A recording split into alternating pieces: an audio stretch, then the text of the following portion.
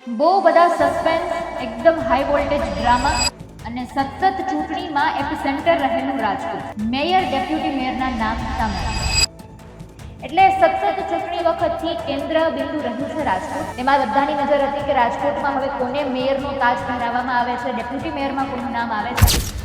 કારણ કે જ્ઞાતિ સમીકરણની વાત કરીએ કે પછી જે નામ આવવાની હોય નામની વાત કરીએ, બધા જ લોકોની એના પર નજર. નમસ્કાર, આપની સાથે હું આકાંક્ષા. તમે જોઈ રહ્યા છો હવે રાજકોટ. રાજકોટમાં મેયર, ડેપ્યુટી મેયર, શાસક પક્ષના નેતા દંડકના નામ સામે આવી ગયા છે.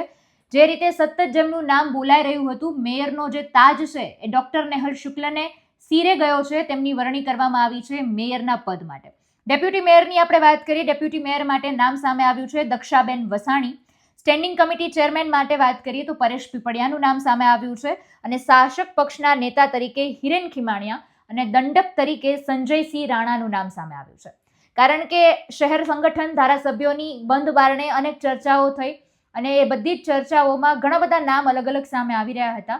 કારણ કે 5 નામ એવા છે, 5-6 નામ કે જેના પર મેયરનો તાજ આવી શકે એવી વિચારણાઓ ચાલી રહી હતી. પણ સૌથી વધારે જો કોઈનું નામ બોલાતું હોય ડોક્ટર નેહલ શુક્લનું હતું કે એમને મેયરનું પદ મળી શકે તેમ છે. મેયરનું નામ જ્યારે જાહેર કરવામાં આવ્યું ત્યારે પણ આ જ રીતે આખું ગરમાવો જોવા મળ્યો હતો માહોલમાં. કારણ કે ચૂંટણી સમયની આપણે વાત કરીએ તો શૈલેષ જાનીને ટિકિટ મળેલી હતી. શૈલેષ જાનીનું નામ પણ સામે આવી ગયું હતું અને જે આખું કાર્યક્રમનું આયોજન કરવામાં આવ્યું હતું, સ્ટેજ પર શૈલેષ જાની બેઠેલા પણ હતા. પણ માધવ દવે દ્વારા એમને કહેવામાં આવ્યું કે હવે નામ બદલાઈ ગયું છે અને શૈલેષ જાનીની બદલે ડોક્ટર નેહલ શુક્લનું નામ છેલ્લી ઘડીએ રાખવામાં આવ્યું હતું.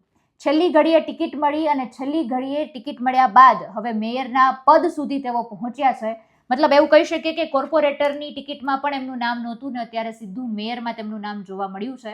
મતલબ બહુ જ કેન્દ્ર વિષય રહ્યું છે ચર્ચાનો પણ. કારણ કે અતિશય ડ્રામા જોવા મળ્યો, અનેક ચર્ચાઓ થઈ કે ભાઈ કોનું નામ સામે આવશે, કોનું નામ સામે આવશે. પણ હવે ફાઇનલી નામ આવી ગયા છે મેયર, ડેપ્યુટી મેયરના. અને આ રીતે રાજકોટનું રાજકારણ અત્યારે જોવા મળ્યું છે. સમગ્ર મુદ્દાને તમે કઈ રીતે જોવો છો કમેન્ટમાં જણાવજો. ફરી મળીશું. અમને રજા આપશો. નમસ્કાર.